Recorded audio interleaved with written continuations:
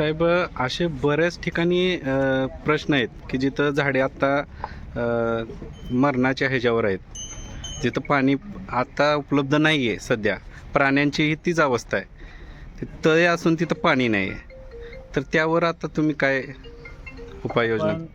विधानसभेच्या अधिवेशनात सुद्धा वारंवार आमचे सहकारी आणि आमच्यासारखे लोकप्रतिनिधी वारंवार हा मुद्दा उपस्थित करतात. संबंधित सन्माननीय गणेशजी नाईक साहेब यांच्याकडेही आपण हा मुद्दा उपस्थित केलेला आहे. आणि जास्तीचा लागणारा जो निधी आहे, म्हणजे झाडे जगवण्यासाठी पाण्याची गरज आहे. पाणी उपलब्ध करून देणारं आसपासचं गाव असतं आणि ते पाणी तिथून उचलून झाडांना घालण्यासाठी येणारा जो खर्च असतो तो एकतर DPDCतून मिळतो, नसेल तर मंत्रालयातून उपलब्ध करणं गरजेचं आहे. विविध स्कीमच्या माध्यमातून ही झाडं लावली जातात. काही स्कीममध्ये पाण्याची त्या येणाऱ्या पाणी घालण्यासाठी येणाऱ्या खर्चाची तरतूद नसते, काही स्कीममध्ये ती तरतूद असते.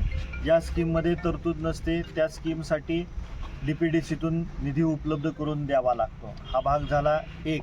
आणि तुमचा दुसरा मुद्दा जो होता की काही तळ्यांमध्ये पाणी उपलब्ध असणं गरजेचं आहे, काही फॉरेस्टमधले वन्य प्राणी असतील त्यांच्यासाठी पाणी उपलब्ध करून देणं गरजेचं आहे.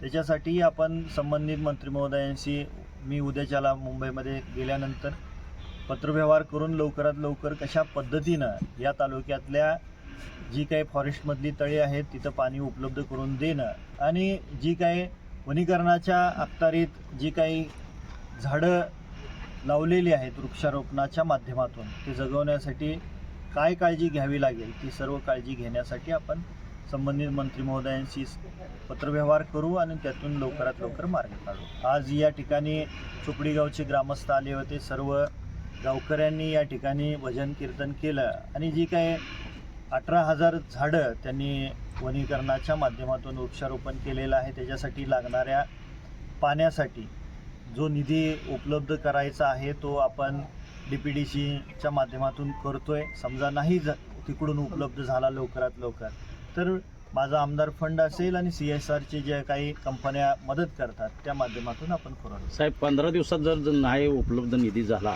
तर ही झाडं जळतील असं लोकांचं मत आहे. वैयक्तिक बाबासाहेब देशमुख हा वृक्षारोपणासाठी माझा तो आवडता मुद्दा आहे आणि मी झाडांवरती प्रेम करणारा व्यक्ती आहे.